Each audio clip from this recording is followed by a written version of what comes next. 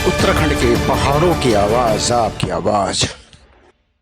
Uttarakhand Navnirman party द्वारा क्रांति उद्घोष किया गया। साथ ही पार्टी की राष्ट्रीय कोषाध्यक्ष मीडिया प्रभारी ओंकार सिंह कोहली द्वारा उपवास के साथ एकल उत्तराखंड जनहित मार्च का भी सफल आयोजन किया गया, जो राजघाट से महात्मा गांधी की समाधि पर पुष्पांजलि प्रार्थना और संकल्प के साथ शुरू किया गया। पार्टी ने अपने अगस्त क्रांति उद्घोष के द्वारा पहाड़ में सुनिश्चित ढंग से पनप रहे विस्तारवाद का संज्ञान लिया और विस्तारवादियों को उत्तराखंड छोड़ने की सलाह दी। उत्तराखंड नवनिर्माण पार्टी द्वारा विस्तारवादियों के खिलाफ विस्तारवादियों के इरादों को नस्ताबूद करने के लिए विस्तारवादियों उत्तराखंड छोड़ो आंदोलन की शुरुआत की गई। राजघाट से 11 किलोमीटर की पदयात्रा के दौरान ओंकार सिंह कोहली ने राजघाट से उत्तराखंड सदन तक पैदल मार्च किया और लोगों से जनसंवाद किया। पुलिस प्रशासन का विरोध का भी उन्हें सामना करना पड़ा। उत्तराखंड सदन पहुंचने पर पार्टी के सदस्य और उत्तराखंड निर्माण विचार मंच के अध्यक्ष धर्म सिंह रावत, पार्टी की राष्ट्रीय अध्यक्ष श्रीमती गीता देवी, राष्ट्रीय महासचिव श्री मुकेश चंद्र पंत, उत्तराखंड निर्माण पार्टी उद्यमी मामलों के सलाहकार श्री अनूप सिंह चौहान, एनसी डाउन क्षेत्रीय संगठन मंत्री श्री विक्रम बेस्ट, वित्तीय मामलों के सलाहकार कुंदन सिंह मटियाली और उनपा के लोगों ने ओंकार सिंह कोहली का माल्यार्पण के द्वारा स्वागत किया। कार्यक्रम के समापन पर पूर्व पार्टी महामंत्री श्री मुकेश चंद्र पंत ने उत्तराखंड निर्माण पार्टी पहाड़ मामलों के सलाहकार श्री राजेश सिंह पवार जी और उत्तराखंड नवनिर्माण पार्टी के अन्य लोगों के साथ मीडिया को संबोधित करते हुए बताया कि आज केवल धार्मिक विस्तारवादी, राजनीतिक विस्तारवादी और धार्मिक विस्तारवादी, भौगोलिक विस्तारवादी, स्वच्छ विस्तारवादी किया जा रहा है, लेकिन उत्तराखंड के विकास में कभी ध्यान नहीं दिया गया। देखिए हमारी एक खास रिपोर्ट। और एक नए तरह का विस्तारवाद आज हमारे पहाड़ के अंदर पनप रहा है, जिसे हम लिबरल विस्तारवाद या स्वच्छंद विस्तारवाद भी कह सकते हैं। इसीलिए आज उत्तराखंड नवनिर्माण पार्टी ने इस एकल जनहित मार्च का आयोजन किया है और आज हम इस अगस्त क्रांति दिवस पर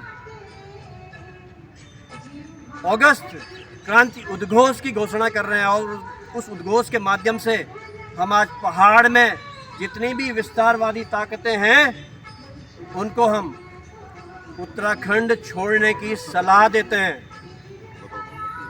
आज उत्तराखंड के अंदर जितनी भी विघटनकारी शक्तियां हैं, उत्तराखंड नवनिर्माण पार्टी बड़ी शालीनता के साथ इन विघटनकारी ताकतों को पहाड़ छोड़ने की सलाह देते हैं और आज से हमारा उत्तराखंड छोड़ो आंदोलन, विस्तारवादी उत्तराखंड छोड़ो आंदोलन शुरू हो रहा है।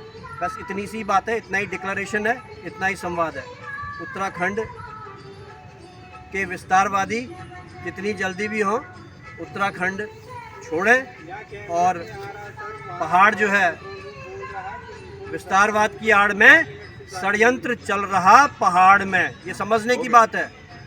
इसलिए मेरा सभी उत्तराखंड वासियों से जो दिल्ली में रह रहे हैं और उत्तराखंड में रह रहे हैं, सबसे मेरा निवेदन है कि आप एकजुट हो जाएं और विस्तारवादियों को, आज महात्मा गांधी का अगस्त क्रांति डे है,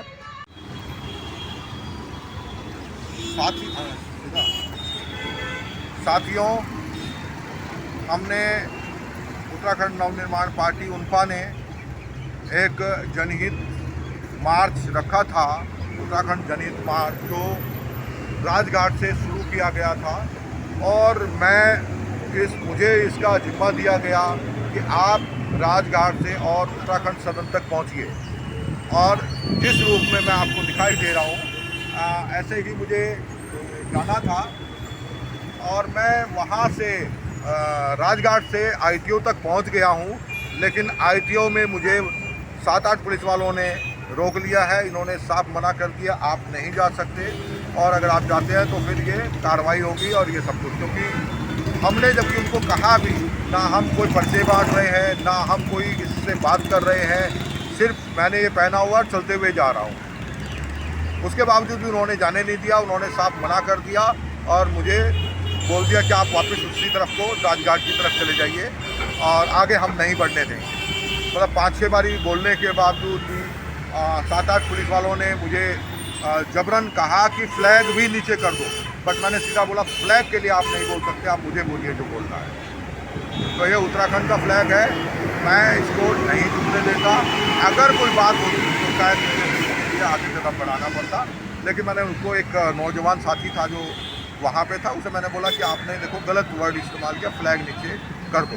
फ्लैग नीचे करने का नहीं बोलते, आप बोलते कि आप जो है इसको बंद करके या इसको ऐसे कर दो। लेकिन यही बात थी और इसके लिए मैं वापस क्या ये पीछे रेलवे पुल है तिलक ब्रिज से वापस ITO के पास आया हूँ। आप देख सकते हैं आजू बाजू में ITO के पास हूँ मैं। और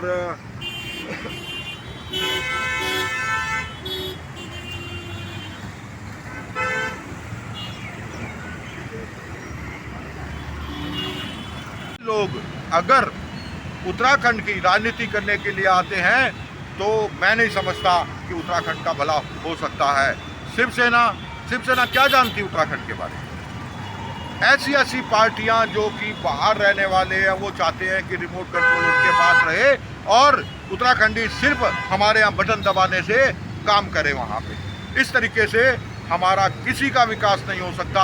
आज मैं खुद जो हूँ उत्तराखंड से पहले पढ़ा, उसके बाद बाहर आया, आज मुझे नौकरी नहीं मिली। नौकरी आज 50 साल की उम्र में हूँ, लेकिन नौकरी करी तो मैंने शहर में करी, उत्तराखंड में तो मुझे नौकरी नहीं मिली।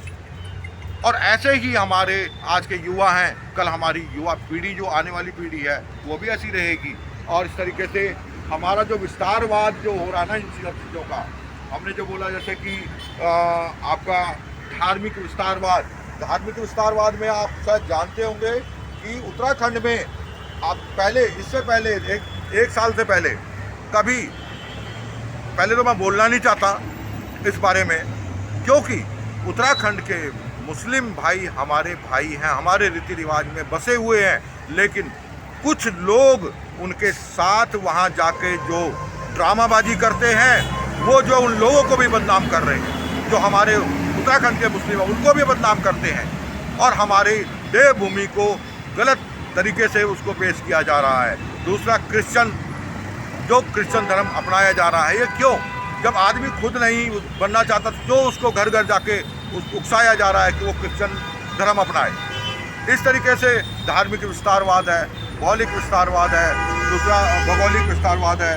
उसके बाद आपका एक और भी था, इसमें मुझे ध्यान नहीं आ रहा थी, क्या था, आर्थिक विस्तारवाद की बात करूंगा। थोड़ा आर्थिक विस्तारवाद की बात करूं तो सीधी सी बात बोलता हूं, उत्तराखंड में टेरी डैम बना, इतना बड़ा डैम बना जो एशिया का बड़ा डैम है, और उसका जो जिम्मा एक किसी पंजाबी को दिया गया।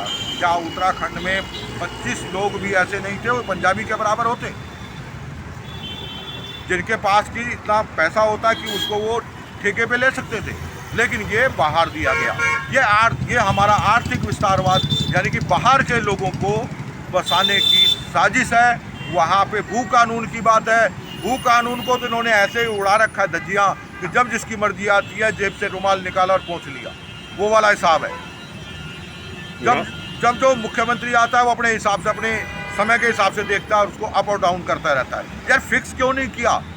हिमाचल जैसा भू कानून क्यों नहीं दिया हमको? जय उत्तराखंड, पहाड़ से जुड़ी खबरों को वॉइस ऑफ माउंटेन्स आपके लिए लगातार ला रहा है।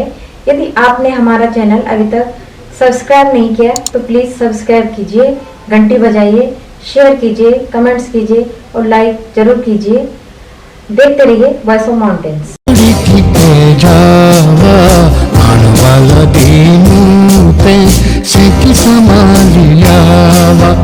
ए जावा